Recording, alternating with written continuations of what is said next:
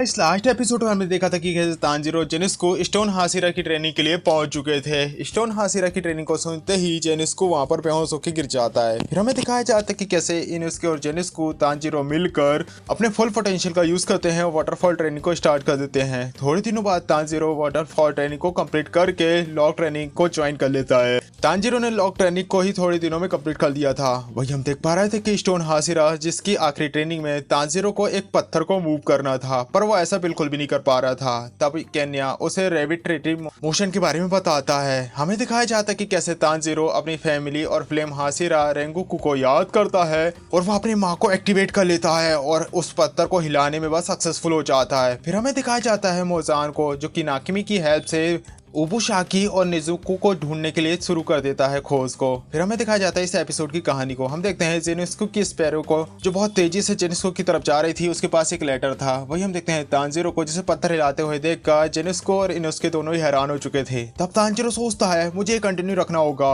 अगर मैंने इस मूवमेंट को यहीं पर भी रोक दिया तो मुझे वापस से दोबारा से ताकत लगानी होगी और दोबारा से धक्का देना मेरे लिए बहुत मुश्किल होगा। हम देख पा रहे थे तांजीरो को देखकर इनुस्को भी एक्साइटेड हो चुका था।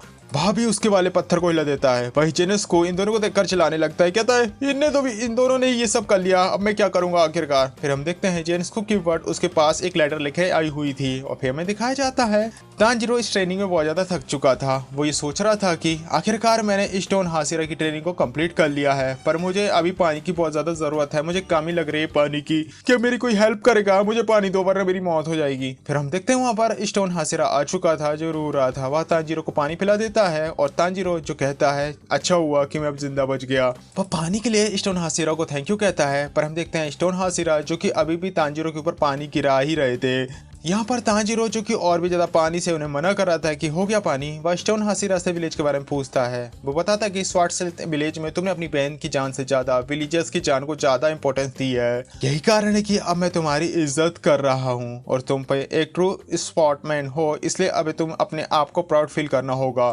तांजीरो कहता है कि नहीं, आप ये बात समझ नहीं रहे हैं। मैंने वो डिसीजन नहीं लिया था, वो डिसीजन नेजुको का था और मैं तो ये भी डिसाइड नहीं कर पा रहा था कि आखिर मैं उन दोनों में से किसको बचाऊंगा, इसलिए मैं आपकी इज्जत के काबिल नहीं हूँ सर। यहाँ पर उसका टीचर कहता है कि बच्चे हमेशा प्योर और इनोसेंट होते हैं, वो बहुत जल्द झूठ बोल देते हैं और काफ़ी सेल्फिश भी होते हैं। पर यहाँ पर तांजीरो अलग है। तांजीरो कहता है कि मैं हमेशा ही बिना मिस्टेक किए हुए अपने पाथ में चलना चाहता था, पर तब मुझे ये बात बिल्कुल भी पता नहीं थी कि आगे क्या होने वाला है। पर हमेशा ही किसी न किसी मेरे अपने ने मुझे ऐसे चलने में मेरी हेल्प करी और उस समय भी ये बहुत ज़्यादा डेंजरस था, इसलिए आपको इतनी ज़्यादा मेरी रिस्पेक्ट नहीं करनी चाहिए सर। वही पानी और ट्रेनिंग के लिए आपका धन्यवाद, मैंने आपसे बहुत कुछ सीखा है। यहाँ पर स्टोन हाशिरा कहता है कि मेरी सारी डाउट क्लियर हो चुके हैं, इसलिए मुझे फ़र्क नहीं पड़ता कि कोई क्या कहता है और अब मैंने तुम्हारी पूरी दिल से इज्जत करता हूँ तांजीरो कामोडो। तांजीरो पूछता है पर ऐसा क्यों है, मैं तो ऐसा समझ नहीं पा रहा। जहाँ पर स्टोन हाशिरा, जो कि उसे अपने बचपन के बारे में बताता है, वो उसे बताता है कि कैसे एक बार की समय की बात है जब मैंने एक बार बहुत सारे अनाथ बच्चों को एक टेंपल में पाला हुआ था। वहां पर वे अपनी किसी भी फैमिली नहीं थी, वहां पर सारे लोग एक दूसरे की हेल्प किया करते थे। वे यहाँ पर एक फैमिली की तरह थे और मैं भी उनकी तरह रहना चाहता था। पर एक दिन अचानक से एक लड़का जो नियम तोड़कर रात को बाहर चला गया और उसके पीछे ही एक डीमन पड़ गया और उसे खुद को बचाने के लिए उसने उस डीमन को अपना पता दिया और हम एक ऐसी जगह पर रहते थे जहाँ पर डीमन का खतरा हमेशा ही रहा करता था और इसलिए अब हम हर रात को उस जो विक्टोरिया फ्लावर वाला बर्नर बाहर रखते थे, पर उस लड़के ने उस बर्नर को रात को ही बुझा दिया, जिसके कारण डीमन अंदर आ गए और उसने अंदर आते ही 4 बच्चों की जान ले ली। जैसे ही मैंने बाकी 4 और बच्चों को बचाने की कोशिश करी, लेकिन उनमें से 3 बच्चों ने मेरी बात को नहीं मानी और शायद ये इस कारण हुआ था क्योंकि उस समय पर हमें ज़्यादा कुछ खाने को नहीं मिल रहा था और यही कारण था कि मैं बहुत ज़्यादा कमज़ोर था और मेरे साथियों को लगा कि एक अंधा इंसान मुझे क्या ही बचाएगा और उस समय बस सायो ही एक ऐसी लड़की थी जिसने मेरी बात मानी। वो मेरे पीछे आकर छुप गई और तब वे तीनों वहाँ से भाग गए, पर डीमन ने उन तीनों की गर्दन को काट कर उन्हें मार दिया, जिसके कारण उनकी मौत हो गई और इसके बाद मैंने सायो को बचाने के लिए फाइट करी। पर तभी एक लिविंग थिंग को मारने के लिए मुझे एक ऐसा एहसास हुआ कि उसे मारना है नर्क से भी ज़्यादा डरावना है और उस दिन जब मैंने अपने मुख्य को अपनी पूरी ताकत के साथ यूज किया, तब मुझे ये पता चला कि मेरे अंदर कितनी ज्यादा ताकत है और मैंने उस ताकत से मैं भी डर चुका था। और तब मैं सुबह तक उस डीमन को पीटता ही रहा और मैंने अपनी जान को खतरे में डालकर सायो की जान बचाई। पर सुबह होते ही जब लोग उसकी हेल्प करने के लिए आए तब उसने उनसे बताया कि कैसे ये जो आदमी है ये मॉन्स्टर की तरह है, इसने सबको मार डाला। ये बात सुनकर तांजीरो शॉक्ड हो चुका था। तब स्टोन हासिरा कहते हैं कि मुझे लगता है कि शायद वह डर के कारण हैरान हो चुकी थी, वह कंफ्यूज हो चुकी थी, इसलिए उसने ऐसा कहा। पर मैं तो बस उसे थैंक यू ही सुनना चाह रहा था और उसके यही कहना था कि जो मुझे बता सकते थे, पर बच्चों को केवल अपनी फिक्र होती है। अथॉरिटी जब वहां पर आई तब डीमन की लाश वहां से गायब हो चुकी थी धूप के कारण और केवल वहां पर बच्चों की लाश ही थी, जिसके कारण उन्होंने मुझे कैद में कर लिया। मुझे अरेस्ट कर लिया गया, जो जुल्म मैंने किया ही नहीं था। अगर मास्टर मुझे बचाने नहीं आते तो मेरी मौत हो जाती उस दिन। तब मैंने ये डिसाइड कर लिया था कि अब से मैं किसी पर भी भरोसा नहीं करूंगा और मैंने तुम पर पहले से भरोसा नहीं किया था। यही कारण था, चाहे लोग कितने ही सच्चे क्यों ना बनते हों, असल में उनका चेहरा कभी ना कभी हमें सामने आ जाता है। जब वे खतरा महसूस करते हैं तब असली चेहरा दिखाते हैं। पर उस दिन तुम भागे नहीं और ना तुमने उस सिचुएशन से भागा, तुम तो अपने पूरे पोटेंशियल से वहां पर फाइट करते हो। और चाहे ये सुनने में कितने ज्यादा सिंपल तुम्हें लगे, पर बहुत सारे लोग ऐसा कभी नहीं कर पाते, इसलिए तुम बहुत ज्यादा स्पेशल हो तांजीरो। मैंने बहुत सारे लोगों को नोटिस किया है, मैंने उन्हें अपने दिल की आंखों से देखा था, इसलिए मैं ये बात जानता हूँ कि सारे लोगों को अपने फ्यूचर के बारे में फिक्र होती है। इसलिए मैं आज से मैं तुम्हारी हेल्प जरूर करूंगा ताकि तुम कभी भी गलत रास्ते पर न जाओ तांजीरो। तांजीरो कहता है मैं अभी पूरी कोशिश करूंगा आपके भरोसे पर खड़ा होने के लिए। अब स्टोन हासिरा तांजीरो के सर पर हाथ रखते हैं और कहते हैं तुमने मेरी साथ अपनी पूरी ट्रेनिंग को कंप्लीट कर लिया है, इसलिए तुम्हारा धन्यवाद, वेरी गुड। और फिर यहाँ पर हम देखते हैं केन्या तांजीरो ने उसको जो खाना खा रहे थे। केन्यू कहता है अब चाहे कुछ भी हो जाए, जो मर्जी हो, स्टोन हाजिरा बहुत ज्यादा कमाल के इंसान है। उन्होंने मुझे कहा है कि मेरे अंदर कोई भी टैलेंट नहीं है, इसलिए वो मुझे अपना अगला सक्सेसर नहीं चुनने वाले। पर उन्हें ये एहसास हो चुका था कि मैं डीमंस को खाता हूँ, जिसके कारण उन्होंने मुझे अपना स्टूडेंट चूज कर लिया। और उसके बाद उन्होंने मुझे लेडी सुनेवू से अपनी हेल्थ चेकअप करवाने के लिए कहा है। और जब भी मैं उनसे मिलता हूँ तब वो मुझे देखकर बहुत अजीब सा ही फेस बनाने लगती है और मुझे ज्ञान देती है।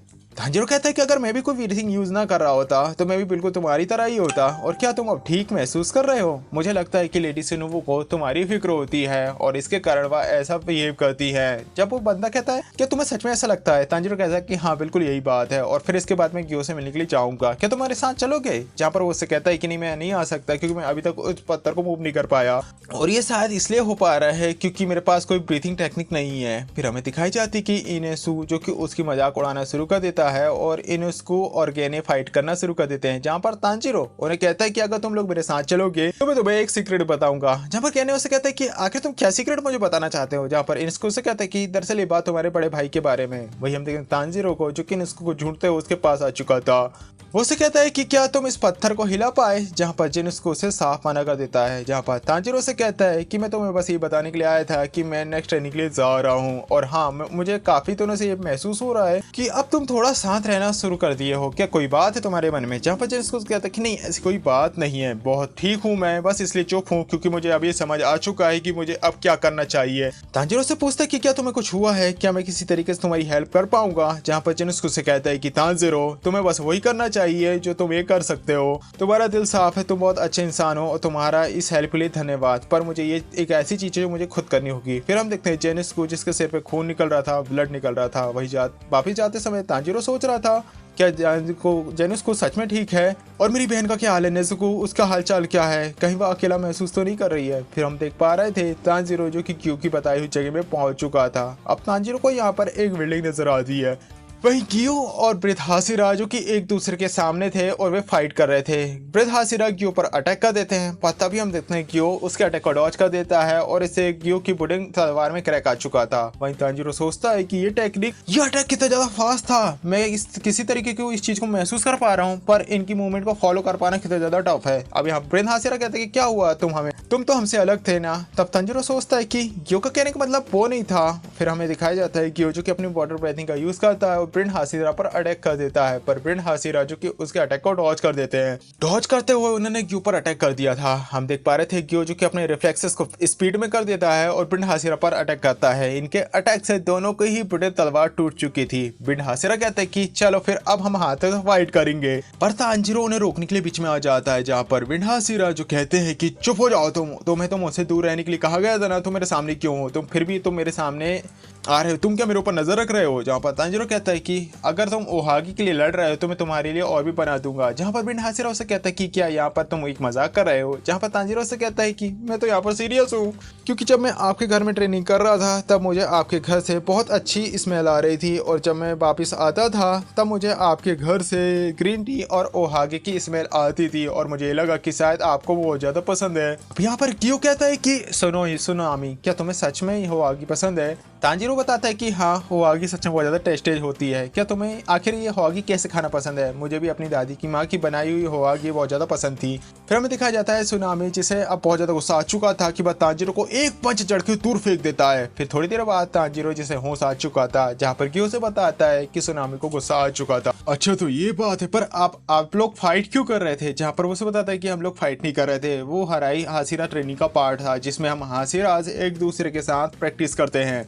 अच्छा तो ये बात है, तभी आप लोग वुडन स्वॉर्ड को यूज कर रहे थे। मुझे माफ कर देना, मैंने तुम्हारी ट्रेनिंग को खराब कर दिया। वो से कहता है कि नहीं, तुमने ऐसा कुछ नहीं किया है। मैं तो सुनामी से ढंग से बात भी नहीं कर पा रहा था, और ऊपर से वो हमेशा ही गुस्से में रहता है। पर एक अच्छी बात है कि कम से कम मुझे उसकी फेवरेट फूड के बारे में तो पता चल गया, और मैं उसका यूज करूंगा। अगली बार जब मैं उससे मिलूंगा तब वो उसे ओहागी खाने के लिए दूंगा, ताकि हम दोनों अच्छे दोस्त हो पाए और हम दोनों ही ग्रोथ करें। तांजीरो कहता है कि हाँ, तुमने सही कहा, मुझे भी आगे से ही ऐसा करना चाहिए। फिर एक कौवा कहता है कि ऐसा तुम बिल्कुल भी मत करना गधे। फिर हमें दिखाया जाता है रात के समय सुनामी जो गुस्से में कहीं जा रहा था, वो कहता है आखिरकार वो लोग कहाँ चले गए हैं। क्या ओवेन आई और म्यूचिरो दोनों को ही आज रात शिफ्ट होना था, पर फेरियस के साथ ट्रेनिंग करने से मेरा कोई फायदा नहीं होगा। और आखिरकार वो तांजीरो के बच्चे का मैं क्या करूं, पता नहीं वो मेरे पीछे क्यों पड़ा है, वो पूरी तरीके से पागल है, मुझे उससे क्या चाहिए। तभी हम देखते हैं सुनामी को नाकीमिकी की आंख का होने का एहसास होता है। वो उसकी आंख को पकड़कर वहीं पर तोड़ देता है। तभी नाकीमिकी की आंख जलकर राख हो चुकी थी, और उसे पता चलता है कि दरअसल डीमन स्लेयर कॉक को ढूंढ चुके हैं। फिर हमें दिखाया जाता है कि कैसे मास्टर और उसकी वाइफ को ये पता चल चुका था कि मुजान उनकी तरफ आगे आ रहा है, उसके कदम उनकी तरफ बढ़ते जा रहे हैं। हम देखते हैं उजाम जो कि काफी स्लो मोशन से मेन गेट से एंट्रिंग लेता है, और फिर उसके बैकग्राउंड में हम देखते हैं कि काफी अजीब सा बैकग्राउंड म्यूजिक बज रहा था जो काफी ट्रोमेटिक था। सो गाइस, अब आ चुका है मुजान की एक डैशिंग एंट्री को देखते हुए हम देख पा रहे थे कि मुजान, जिसे अब देखकर सब लोग हैरान थे। मुजान जो कि थोड़ा टाइम लगाते हुए मास्टर के पास पहुंच चुका था, और मास्टर उससे कहता है तो आखिरकार तुम